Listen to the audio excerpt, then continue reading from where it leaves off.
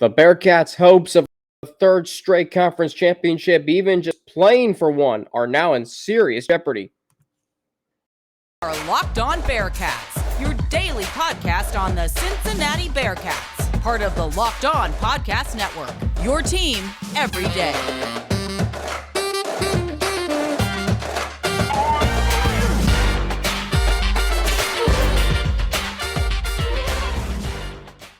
So much for making Locked On Bearcats your first listen of every day. We're free and available everywhere you get your podcasts and on YouTube. Don't forget to subscribe to our Locked On Bearcats YouTube channel. Follow us too to get an alert every time we drop a new episode. The Bearcats falling to UCF on Saturday, 25 today, 25-21, snapping a record-tying 19 game within the American Athletic Conference. More importantly, the Bearcats on the season is 6-2, 3-1 in the American Athletic Conference, and right in the mix now with 5 other teams with 3 wins in conference play and behind a 4-0 Tulane team. I got a lot to say about this game. Let's get right into it. The Bearcats lost this game today because their identity failed them. Remember I said earlier in the week, what's the Bearcats' identity? Well, they're good defensively. They're good at stopping the run. They're good at running the football. Okay, those two things today backfired big time.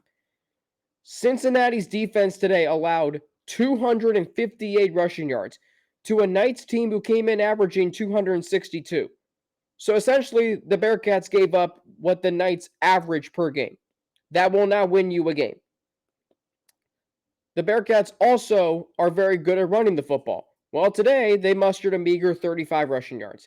Now, Ben Bryant did lose 41 yards. That's what happens when you have a quarterback who can't run. He can only throw from the pocket. So the Bearcats' identity coming into this game failed them today. And when your one dimension of an identity fails you, good luck. The fact that the Bearcats had a chance to win this game today is a miracle when you look at some of the statistics, which we'll get to later on. But Cincinnati did not deserve to win this game. UCF deserved to win this game. They were the better team, even without their starting quarterback. John Reese Plumlee gets concussed big time, major hit by Arquan Bush. I would have thrown a flag for targeting. It swung the momentum of the game at the time. But the Bearcats defense that has been so good all season allows Mikey Keefe to go 15 of 21 for 176 yards, quarterback rating of 141.8, or passer rating, I should say, of 141.8. And just on the fourth quarter, lead 2 scoring drives for the Knights that consisted of 77 yards and 75 yards. The first drive, 13 plays. Second drive, 7 plays that won the game for UCF. What do you expect when you do that? What do you expect when you do that? You're not going to win like that. I'm sorry. The Bearcats may have been the more talented team coming in. They may have had the more pedigree coming in over the last 3 seasons, 3+ seasons. That doesn't matter. UCF got embarrassed last week by East Carolina. They used that as fuel to this victory that saved their season. And you know what? It's their biggest win in a long, long time. It's probably their biggest win since they beat Auburn in the Peach Bowl. Right? The Knights, who were the cream of the crop in this conference for 2017 and 2018, they now have an inside track at becoming the new kings of this conference. Once again, right? Cincinnati and Central Florida both have 2 conference championships. UCF has the inside track to a third. They went out, they host the conference championship, and do you really want to go back to the bounce house after today? I wouldn't. So, when your one dimension as a team and as your identity does not work, the fact that Cincinnati had a chance to win this game is a huge testament to their resiliency. It's a huge testament to their culture. It's a huge testament to their fight and their style of play, which is tough and nasty. I give them credit for that. But as exciting as it was with how much time left? As exciting as it was with 3:04 to go, that the Bearcats had an opportunity to get one stop to win their 20th straight conference game is a miracle. Now, another reason why this loss is so frustrating is this game did feel like a Bearcats game, right? UCF comes in over 500 yards of offense. The last game at home, they hung 70 on Temple. And I remember thinking throughout the game, this feels like a Bearcats game that they're going to pull out. Low scoring, Dante Corleone recovers a fumble, unforced turnover by Central Florida. It felt like the Bearcats were about to swing the momentum in their favor and take over the game and get out of Orlando with a much-needed victory. It was that close. The Bearcats held UCF to 25 points. It should have been more than that, right? That game should never have come down to the last minute of the game. The fact that it did maybe is an encouraging sign for the Bearcats. Because what you have to remember is this is still a good team. They're 6-2. They're bowl eligible. Lance and Rocky brought up an interesting point Thursday night on the Roundtable show, when they talked about how the Bearcats became bowl eligible last week and nobody talked about it. Because all the conversation that I started, that you started, Russ started, everybody, all the conversation was about penalties, was about, well, can this team go into UCF and win? Well, where are they going to end up this year? Are they going to win a conference championship? You appreciate now when you become bowl eligible. Becoming bowl eligible is now just a foregone conclusion, but it shouldn't be. When you think about how hard it is to maintain program success, Bearcats have done that. And they've done all of that with losing 9 players to the NFL draft last year. Players who, in previous games against Central Florida, took over. Desmond Ridder did that in 2020. He wasn't there today. Sauce Gardner did it in 2019. He wasn't there today. Derek Forrest in 2020. He wasn't there today. Kobe Bryant, same way.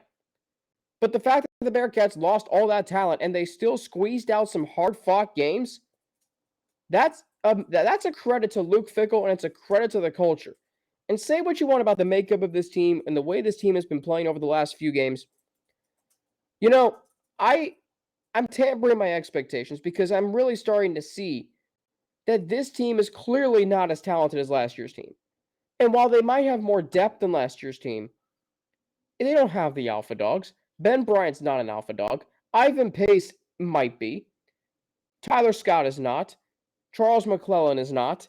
They don't have guys, when you're on the road in a hostile environment, can lead you to victory.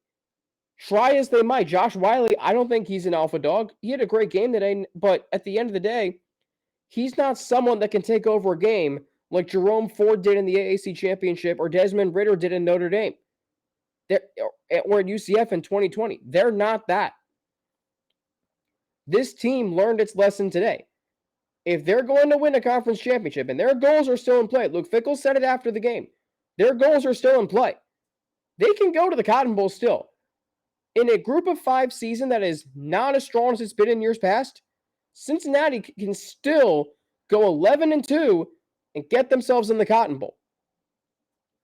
They can. Because name me another group of 5 team right now that's as good.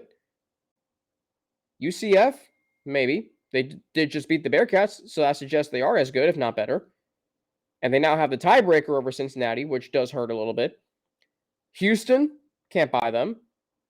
BYU's independent, so even if they do get a bid to a New Year's Six Bowl, the Bearcats could still get the group of 5 bid. Here's the thing, though. It feels like every ounce of dominance that this program has had over the last 2 years is now gone. Because they've lost a conference game. They're no longer head and shoulders above the rest of the conference in the group of 5. This whole month of October, if you think about it, right? The Bearcats played October 1st against Tulsa. Barely win that game. This whole month of October has been a month of regression from where they were in September when they went toe-to-toe with Arkansas and they had wiped and whitewashed Indiana in the first half. But ever since the second half of that game, And the whole month of October, it's been about regression. And today it hit rock bottom. That's what happened. Okay. But this team is still good. And I'm on Twitter and I'm seeing a lot of people are really upset with what's going on right now. And they shouldn't be. Are there things that you wish were better or different? Yes. Are there things that I wish were better or different? Yes. Is this loss disappointing? Heck yes. But you know what's disappointing is when you are maybe not as invested and engaged with this team as you were last year's team, just because they're not going to the playoff. They might go to, I don't know, a bowl game that you maybe don't care about or maybe aren't as excited about as, let's say, the Cotton Bowl. But you cannot be like that. This program is less than a year away from being a Power 5 conference member. Are you really going to give up on them just because they lost this game today? No, you shouldn't, and I'm certainly not. Right? This is still a really good team.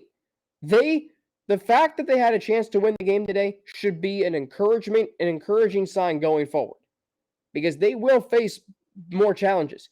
East Carolina in 12 days or 13 days, however many days it is, that's not an easy game, right? They have 6 wins. Tulane at home might be the season. So while the conference winning streak is over, and it sucks, right? The Bearcats have not lost a conference game since December of 2019. This world, sadly, was a lot different than what it is right now, the last time the Bearcats lost a conference game. You think about all that's happened, okay?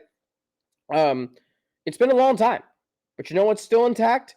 The home game winning streak. That's at 30. It can be by 33 by the end of the year. Are they going to host a conference championship game? I don't know. Are they going to win a conference championship? I don't know. We cannot worry about that. All you can worry about is they beat Navy next week, because let me tell you, that game is now all of a sudden a lot bigger than you thought it was before this game. Coming up, how would you describe this Bearcats team to someone who hasn't watched them play all season? I think that's a very interesting concept. Plus, something that Luke Fickell said earlier this week that will hold true for years to come. I'll explain all of that after a word from BetOnline, as you see on your screen. BetOnline.net is your number one source for betting football. And the start of the new basketball season. Bearcats basketball tips off in just over a week. Find all of the latest player developments, team matchups, news podcasts, and in-depth analysis on every game. And as always, BetOnline remains your continued source for all your sports wagering information, with live betting and up-to-the-minute scores for every sport out there. It's the fastest and easiest way to check in on all your favorite games and events, including Major League Baseball, MMA, boxing, and golf. Head to the website today or use your mobile device to learn more. BetOnline, where the game starts. All right, thank you for making Locked On Bearcats your first listen. For your next listen, check out the Locked On Sports Today podcast. It's the biggest stories of the day, plus instant reactions, big game recaps, and the take of the day, available on the Odyssey app, YouTube, and wherever you get your podcasts. Hosted by Peter Pikowski, who also is the host of Locked On Packers. Does a fantastic job with that. Alex Frank with you back here on Locked On Bearcats, your team every day, part of the Locked On Podcast Network. So this Bearcats team, if you have not watched the Bearcats all season, or if you know someone who hasn't, and they come up to you and say, well, tell me about this team. Maybe you would say, and this is what I would say, they've won all the games they're supposed to. They play really hard. They have a bunch of boneheaded penalties. They didn't really today, though, right? What was the biggest penalty of the game? The jumping up offsides on 4th down early in the third quarter against Central Florida? Okay, that's egregious from Eric Phillips. I get that. But it didn't cost the Bearcats anything. UCF didn't score on that drive. Now, if you say it cost the Bearcats 2 points, stop. It did not. You know what cost the Bearcats 2 points? Ben Bryant's lack of mobility. That's what cost the Bearcats 2 points, not Eric Phillips' penalty. And other than that, what was the biggest penalty of the game you remember? The offsides by Deshaun Pace on the field goal, which really was not if you watch the replay. This team had 5 penalties for 25 yards. 5 penalties for 25 yards. The only difference was UCF had 1. So they were clearly still the more disciplined team. The Bearcats struggle in the red zone. We know that, and it showed today. Today, the Bearcats in the red zone. Drive finish of the UCF 15 with a field goal. Drive finish of the UCF 15 with a field goal. Scored a touchdown on the pass to Wiley. So they were 1 for 3. 1 for 3 on red zones today. They were 1 of 4 last week. That means they're 2 of 7 in their last 2 games. The 2-game road trip that we said coming into this season would define this season. And what is one thing I said going into this game that UCF does very well that the Bearcats had to do better? Red zone efficiency. UCF, 26 red zone possessions, 7 touchdowns allowed. That's efficiency. That's good defense.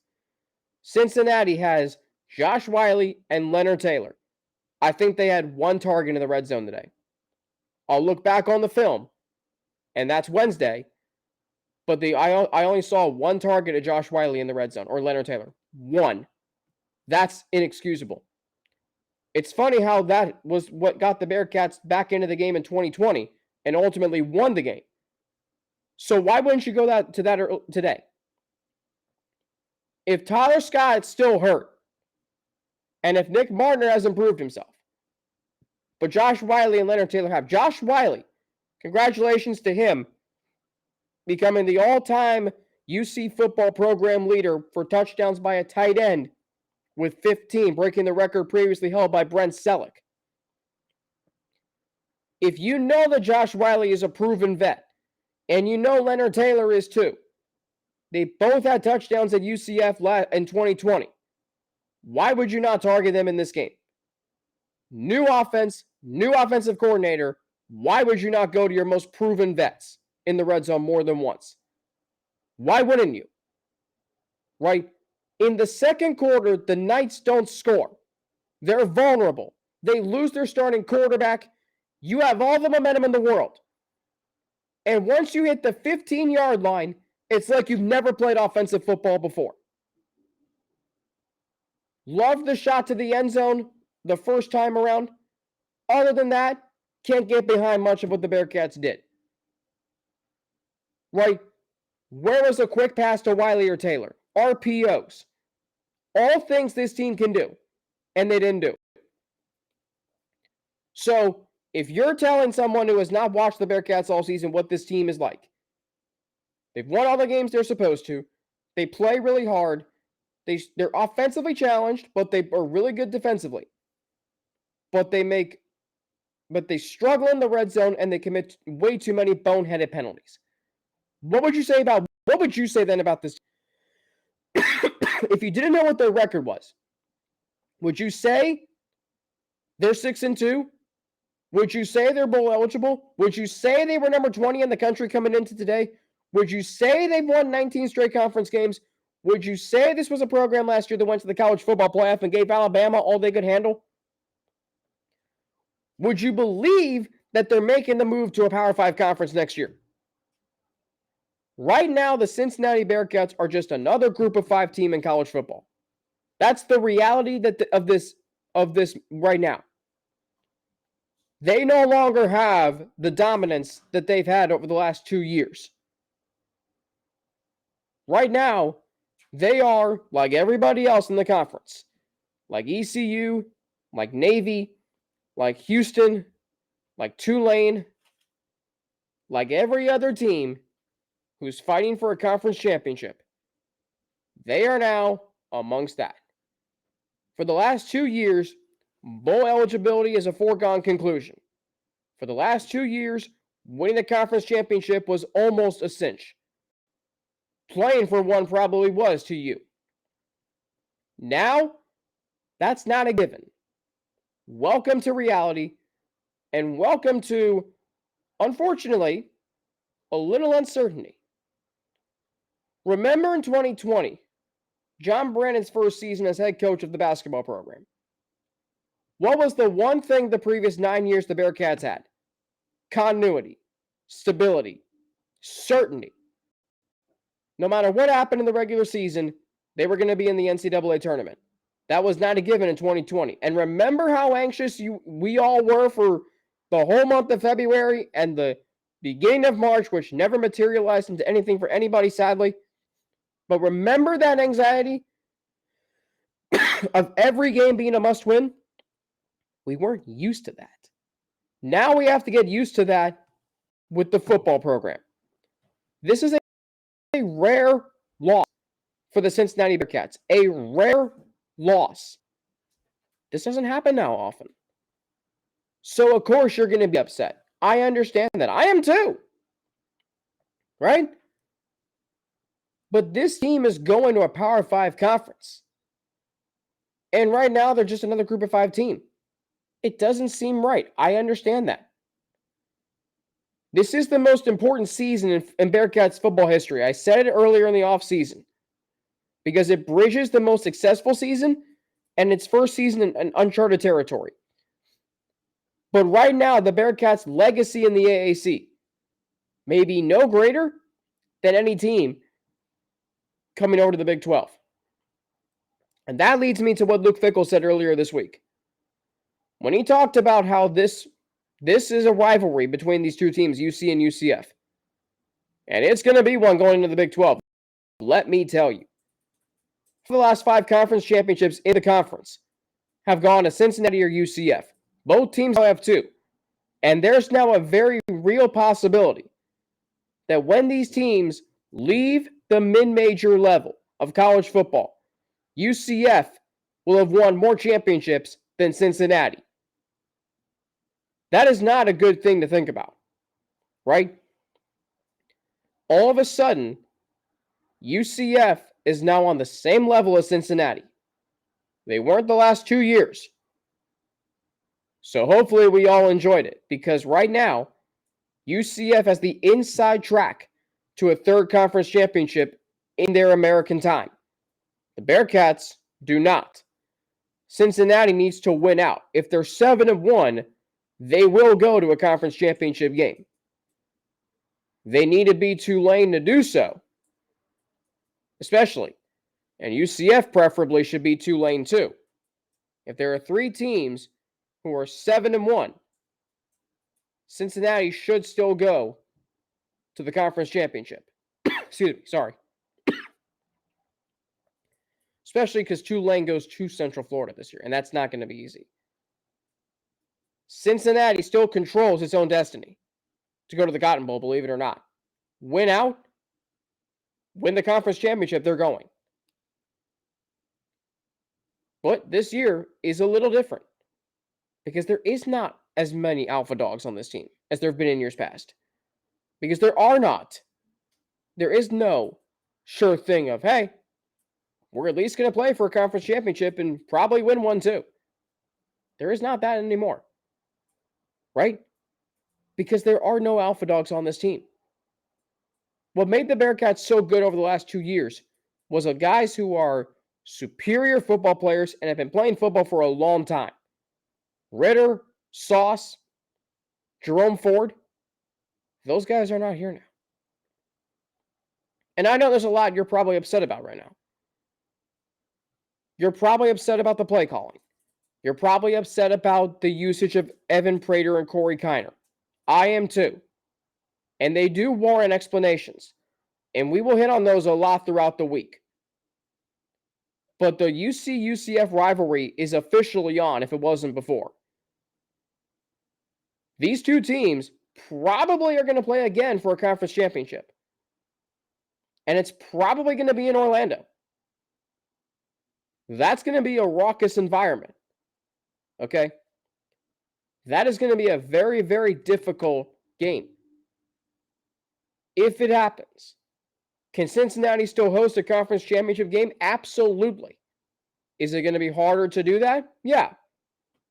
But you know what? The second time around, I can't bet against Cincinnati. There is still hope for this team to win a conference championship.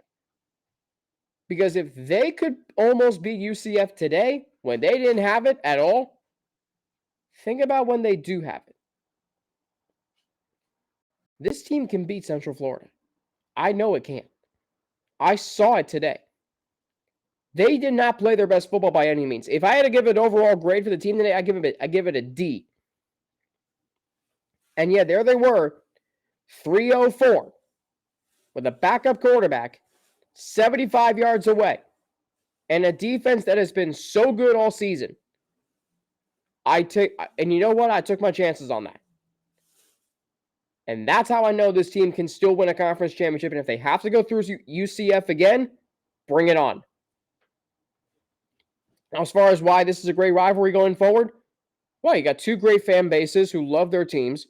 UCF still claims they won the national championship in 2017. That's fine. The Bearcats went to the college football playoff ultimately. It's gone back and forth, this rivalry, a lot of close games. You have established head coaches in Luke Fickell, who has established himself as an icon within the university and one of the best coaches, not only in the AAC, but also college football. Gus Malzahn spent a lot of years at Auburn as an offensive coordinator. He was a head coach. Very, very well established amongst the college football ranks. And now you got both of these teams going to the Power 5. Coming up, even in a loss, which is something that we never like to talk about. But, sometimes, unfortunately, it's very hard to stay undefeated. It is very, very hard to stay undefeated. I remember last year, I was talking with Jason Williams, the sports columnist at the Cincinnati Enquirer. And I said to Jason after the Tulsa game, which the Bearcats barely pulled out, and I said to him, it's so hard to go undefeated. Like, we were so focused on the Bearcats going to the playoff last year, we forgot that they were also pursuing an undefeated season. So when you think about, if you're disappointed today, or you're mad, if you're angry about today's loss, I would ask you to appreciate what this program accomplished last year and how hard it was for them to do what they did. There's this famous saying, he who chases two rabbits seldom catches one. When you're pursuing an undefeated season and a college football playoff berth at the same time, rarely does one work out, let alone two. Bearcats got both. I hope you understand how hard that was for them to achieve, and you should appreciate that now. But coming up, my 3 stars to the game, we'll get to that after a word from 2 of our sponsors. Let's get into it. 3 stars of the game on a day where the Bearcats fall in a tough one to UCF, 25-21. I don't remember the last score that was like that. That might be a scoregami. Have to ask Jay Morrison and Paul Danier Jr. about that. My first star of the game goes to Trey Tucker. What a tough, gritty performance from the Bearcats' speedster receiver, who's being used differently now. Trey Tucker is now a guy who goes over the middle and makes tough catches in traffic. And today that amounted to 10 catches on 14 targets for 110 yards. And his longest was 21, 50 yards after contact. Excuse me. That's incredible. For a guy who's not designed to do that. Every time he goes over the middle, and I said this to Russ earlier today, every time he goes over the middle, I flinch. Because I don't know if he's about to get slaughtered by some linebacker or some physical safety. And there were several times today in which that happened. So as great as he is, sometimes you worry about what can happen. If you lose Trey Tucker, you lose a huge dimension to your offense. So a major credit goes to Trey Tucker for his gritty performance today. Ivan Pace Jr. I know I say this every week, but he's special. 11 tackles, tackle and a half for loss, on a day where the Bearcats only mustered 7 tackles for loss. And on a day where they only recorded 1 sack, Justin Watley, who also had a great game, by the way. But Ivan Pace, early on, when the Bearcats were reeling defensively, he kept them in the game. He made some incredible tackles against an absolutely fast UCF defense. Great player that UC is incredibly thankful to have, who transferred in earlier this offseason. And then Ryan Montgomery. Kind of forgotten when we talk about the running backs in this offense. But today he had only 3 carries, but 40 yards, a touchdown, and an average of 13.3 yards a carry. Pretty good. Very good performance by Ryan Montgomery. As far as punt and kick returns, Montgomery had only 1 kick return, 15 yards. But here's a guy who, when we talk about the running back room, and McClellan has sealed it, and why Corey Kiner wasn't used today, which was very surprising, Ryan Montgomery is quietly contributing a great deal to this team. Had a rushing touchdown last week, almost had the game-winning score of the day of 39 yards, which would have been incredible for him. And that's why Cincinnati had a chance to win the game today. On a day where they did not run the football well, only ran the ball 18 times. McClellan was just 11 carries for 36, 3.3 yards a carry. Ryan Montgomery made the most of each of his 3 carries, and I have to give him major credit for that. Other notes from today. Jabari Taylor not playing today, massive blow, right? Chad Brendel mentioned this. The Bearcats are already down Malik Vann. Try being down Malik Vann and Jabari Taylor, right? Give credit to Justin Watley for his performance. Give credit to Dante Corleone. Give credit to Ivan Pace Jr., Jawan Briggs. But you need your best run stopper in Jabari Taylor. And the Bearcats clearly missed him today. Tyler Scott was not 100%. It showed. 4 catches, 47 yards. Not bad. Had an egregious drop, though, in the second quarter. And you look at some of the numbers, right? Bearcats 4 of 14 on third down. UCF 7 of 15. Time of possession, UCF 37.05. Bearcats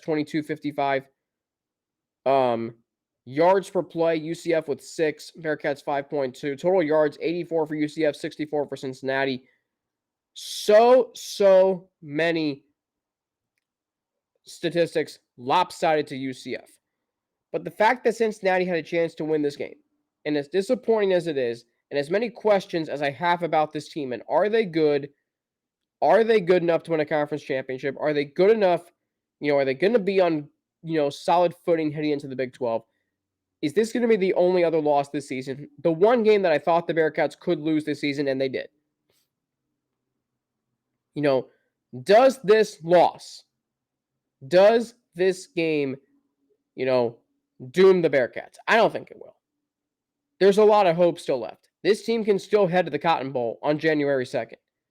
This team can still hoist a record-setting third conference championship in the American. This team can still go undefeated at home, and they can get revenge over UCF. Do me a favor as a vote of confidence, and I'll do this too. Circle your calendars.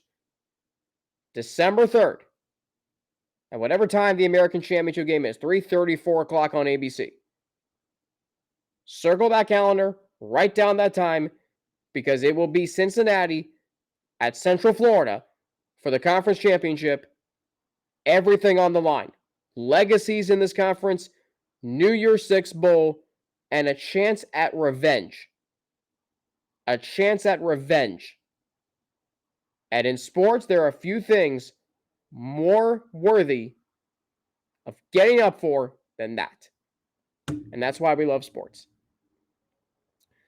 Russ Heltman filling in for me tomorrow. He'll have more on this game. He and I will have our conversation weekly, as we always do on Thursday. I'm back Wednesday, film review of this game. And then on Friday, we do it all over again. We get set for the Bearcats to take on the Navy Midshipmen at Nippert Stadium. Going to be a huge test for the Bearcats after struggling against the run game against Central Florida today. Can they slow down Navy's triple option offense, which gave the Bearcats a lot of problems last year in Annapolis, and a scare on the Bearcats' run to the playoff last year? Basketball season is right around the corner, too. Monday, November 7th is the opening game. We'll have a preview and recap of that game. Russ and I will have you covered for that. Don't forget to follow me on Twitter at Frankie_90 with 2 N's and an ATI. You can follow me on Instagram, AlexFrank9_, or email me at alex3frank@gmail.com. Locked On Bearcats is part of the Locked On Podcast Network. It's your team every day. Free and available everywhere you get your podcast. Thanks for making Locked On Bearcats your first listen today. Now for your second listen, check out Locked On Sports Today. From the games that matter the most to the biggest stories in sports, go beyond the scoreboard and behind the scenes with local experts and insights only Locked On can provide. Locked On Sports Today, available on this app, YouTube, and wherever you get your podcast, hosted by Peter Bukowski, who's also the host of Locked On Packers. I'm Alex Frank, the host of Locked On Bearcats, part of the Locked On Podcast Network, your team every day. Russ is back on Tuesday. I'm back on Wednesday. Have a great rest of your day, and I will talk to you, and Russ will talk to you tomorrow or Tuesday, whatever day it is. I will be back on Wednesday with the film review. Stay safe, stay healthy, and keep making Locked On Bearcats your first listen of every day.